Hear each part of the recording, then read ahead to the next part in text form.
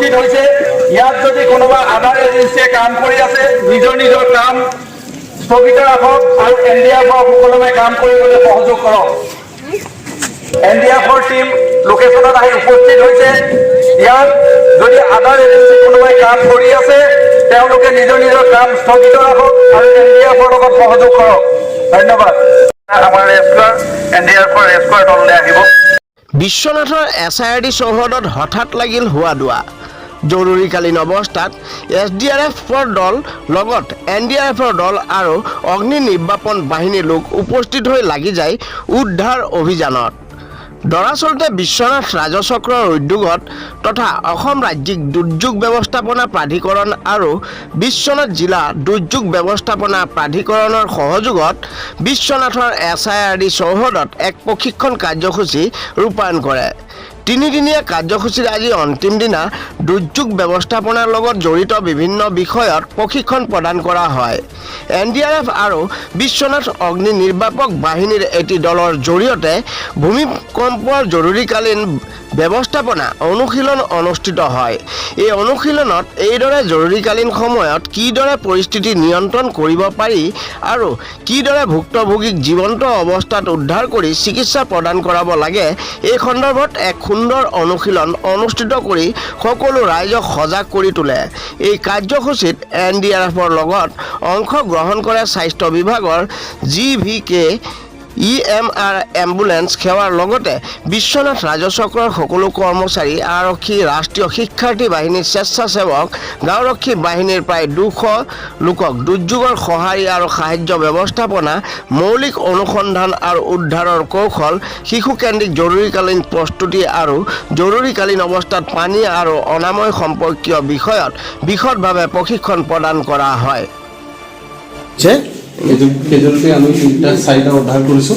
4 number এইটো আগতে চিভিলিয়ানবিলাকে উদ্ধাৰ কৰিছে এতিয়া ওপৰত আকৌ মেজৰ মানে আছে ভিক্টিম এটা আছে শিশু আছে নেকি শিশু আছে তাকে আমাৰ NDRF उद्धार কৰিব NDMA के गाइडलाइंस के अनुसार आज विश्वनाथ चार्ली डिस्ट्रिक्ट में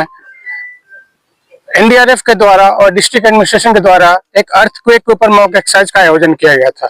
इसमें से सिनेरियो क्रिएट किया गया था कि यहाँ मेजर अर्थक्वेक आया है और काफी लोग इम्पैक्ट हुए हैं इस सिनेरियो के अंदर इस बिल्डिंग को एज ए इंसिडेंट जगह चुना गया था जिसमें से लोकल वॉलंटियर्स और यहाँ के जितने भी लाइन डिपार्टमेंट्स के बंदे थे ऑफिसर्स थे सभी ने पार्टिसिपेट किया